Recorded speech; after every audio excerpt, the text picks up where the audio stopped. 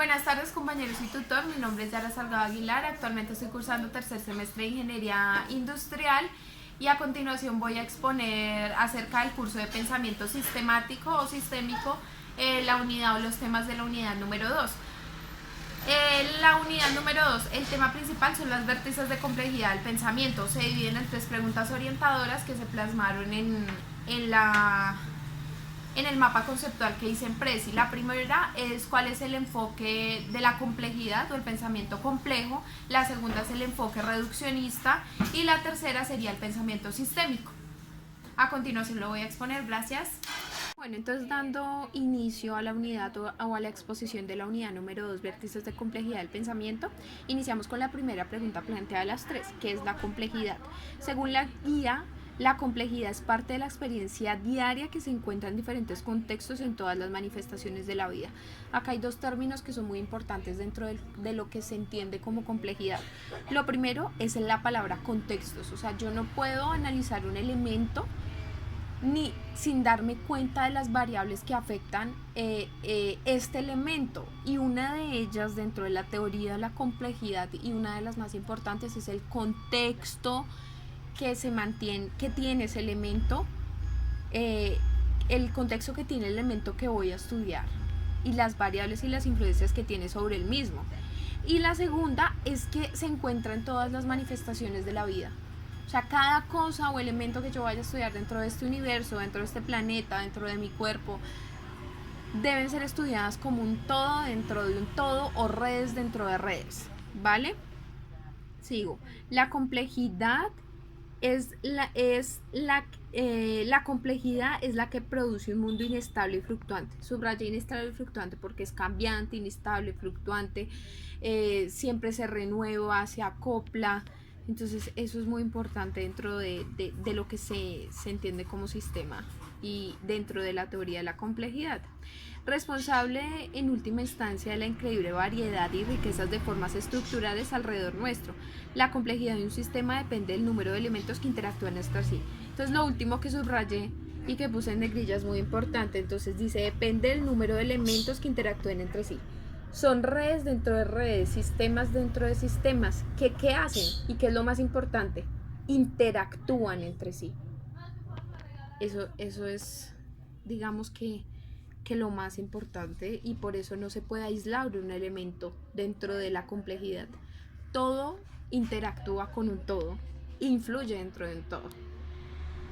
¿Cómo podemos conocer la realidad compleja? Entonces aquí nos damos cuenta que los griegos utilizaban el método científico y sabemos que aislaban. O sea, y quise citar la frase de René Descartes que dice dividir cada una de las dificultades. Se enfatizaba anteriormente para estudiar algún elemento en separar y dividir lo que vienen juntos. Pero entonces viene la teoría de la complejidad hace 50 años, más o menos, que es una método de estudio bastante joven, y dice no debemos separar ni dividir, pero pues antes se utilizaba así para estudiar el método científico. Entonces dentro de la simplificación de lo complejo nacen 2 paradigmas, que ahí es donde ya voy. El método científico nos demuestra actualmente que hay una crisis humana, una crisis del estudio, porque disgrega la realidad y la isla. Y nace una nueva perspectiva, por eso decía que la complejidad es algo nuevo. Nace una nueva perspectiva de la realidad, que es la complejidad. Es que estudian elementos, pero dentro de un contexto que se observa. ¿Y qué hace? La problematiza y la complejiza. O sea, las 2 cosas hace, problematizando lo que se está estudiando y complejizándolo. Eso es. Luego ya nos damos cuenta, y una de las características del pensamiento complejo es que no es lineal. Por el contrario, se cree que están redes dinámicas que tienen como características que son tractores, caóticos, fractantes, estructurales y disipativas. Y ya por último, bueno, y nos damos cuenta también dentro del estudio que la simplificación no es que alivie o de una respuesta, lo que hace, o sea, no, es más efectivo si se evalúa el elemento o si se estudia el elemento con su contexto, es más efectivo el resultado. Y ya por último, ¿cómo acercarnos a una realidad compleja? Lo primero Y en lo que siempre enfaticé en este video, en esta presentación, es que no se debe separar el objeto que se pretende conocer con su entorno o contexto. Se debe concebir el objeto como una organización viva. Después, como tercero, asumir la relación que establece entre el objeto y el observador. Es muy importante eso. El cuarto es el no centrar el fundamento del conocimiento de la búsqueda en elementos simples, sino en lo compuesto. Articular todo con el todo. El quinto es afrontar las contradicciones e incertidumbres ocultas en el conocimiento. O sea, siempre es aceptarnos a todo tipo de conocimiento, estar abiertos a todo tipo de conocimiento. El sexto es aceptar el conocimiento como un conocimiento provisional y relativo. O sea, siempre no hay nada verificado ni definitivo, siempre está, digamos que, dispuesto a cambiar. O sea, siempre se tiene esa posibilidad. Y nunca se tiene una realidad, una certeza de algo total. El séptimo es el reconocer otro tipo de conocimiento no científico, no real. En la lectura enfatizaba que no podemos encajar o poner dentro de la comunidad científica el universo dentro de una caja, no. Siempre hay que dialogar con lo inconcebible y lo indecible. Vale. Entonces aquí seguimos. Características de la complejidad. Los principios deben reflexionarse y reformularse. No hay fundamento fijo, ni eterno, ni absoluto para producir el conocimiento científico. Acá, a ver, seguimos. La capacidad de cierre y apertura de generar una espiral cognitiva. O sea, nunca hay una verdad absoluta, ni un fin. Siempre que hay un fin, nacen muchísimas más preguntas. Siempre que se llega a una respuesta, nacen más preguntas. Seguimos con ¿qué es el enfoque reduccionista? Entonces, ¿qué es la simplificación de la realidad o el enfoque reduccionista?